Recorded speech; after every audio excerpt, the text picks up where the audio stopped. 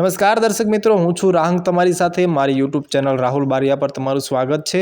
મિત્રો, આજે આપણે વાત કરવાના છે ધીરેન્દ્ર શાસ્ત્રીની કે આ મિત્રો બાગેશ્વર ધામના ટ્રસ્ટી ધીરેન્દ્ર શાસ્ત્રીની વાત કરવાના છે। બાગા ધીરેન્દ્ર શાસ્ત્રીએ 156 દીકરીઓના લગ્ન ધામધૂમથી કરાવ્યા છે અને દીકરીઓ લગ્ન પછી બાબાની છાતીએ વળગીને ધુસકે રડી પડી છે। એની ખાસ તસવીરો તમને દેખાડવામાં આવશે। મિત્રો, જો હજી સુધી તમે આપણી ચેનલને સબસ્ક્રાઇબ ન કરી હોય તો ચેનલને સબસ્ક્રાઇબ કરી લેજો, જેથી કરીને આવા જ ઇન્ટરેસ્ટિંગ વિડીયો તમને મળતા રહે। મિત્રો, છત્તરપુર જિલ્લાના બાગેશ્વર ધામ ખાતે લગભગ 156 જેટલી ગરીબ કન્યાઓના ધામધૂમથી લગ્ન કરવામાં આવ્યા હતા અને આપણે જણાવી દઈએ કે આ બાબા બાગેશ્વર ધીરેન્દ્ર કૃષ્ણ શાસ્ત્રી પિતા અને ભાઈ તરીકેનો સંબંધ નિભાવતા જોવા મળી રહ્યા હતા। જ્યારે વર કન્યા લગ્ન મંડપમાં આવી રહ્યા હતા ત્યારે જ ધીરેન્દ્ર શાસ્ત્રીએ તેમનું સ્વાગત કરવા ઊભા રહ્યા હતા અને સ્વાગત દરમિયાન ઘણી બધી ઇમોશનલ પળો પણ જોવા મળી હતી અને ધીરેન્દ્ર શાસ્ત્રી પોતાની બહેનોને આશીર્વાદ આપી રહ્યા હતા।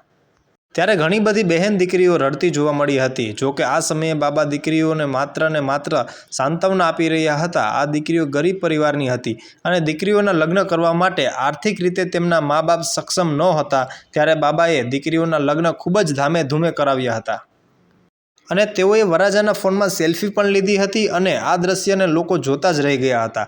અને સાથે આપણે જણાવી દઈએ કે બાગેશ્વર ધામ તરફથી આ 5મા સમૂહ લગ્નનું આયોજન હતું અને લગ્ન માટેની તૈયારીઓ ઘણા સમયથી ચાલી રહી હતી અને દીકરીઓને કરિયરમાં bike, sofa, bed, fridge, colour TV સહિતની અનેક વસ્તુઓ આપવામાં આવી છે। મિત્રો, તો તમને બાગેશ્વર ધામ તરફથી બાબા ધીરેન્દ્ર શાસ્ત્રી તરફથી આ બધી વસ્તુ જાણવા મળી છે, તો તમને જાણીને કેવું લાગ્યું છે કોમેન્ટ સેક્શનમાં જરૂર જણાવજો। અને આપણે ઈચ્છીએ છીએ કે બાગેશ્વર ધામના ટ્રસ્ટી બાબા ધીરેન્દ્ર શાસ્ત્રી આવા જ અનેક સારા કામો કર્યા કરે છે અને જે બેન દીકરીઓ હોય છે જેના મા બાપ સક્ષમ ન હોય છે લગ્ન કરવા માટે, તેના દર વર્ષે આવી જ રીતે લગ્ન કરાવ્યા કરે છે। અને મિત્રો, તમને આ વિડીયો જાણીને કેવું લાગ્યું છે કોમેન્ટ સેક્શનમાં જરૂર જણાવજો અને વિડીયો સારો લાગ્યો હોય તો વિડીયોને લાઇક કરજો અને હજી સુધી તમે આપણી ચેનલને સબસ્ક્રાઇબ ન કરી હોય તો ચેનલને સબસ્ક્રાઇબ કરજો, જેથી કરીને આવા જ ઇન્ટરેસ્ટિંગ વિડીયો તમને મળતા રહે।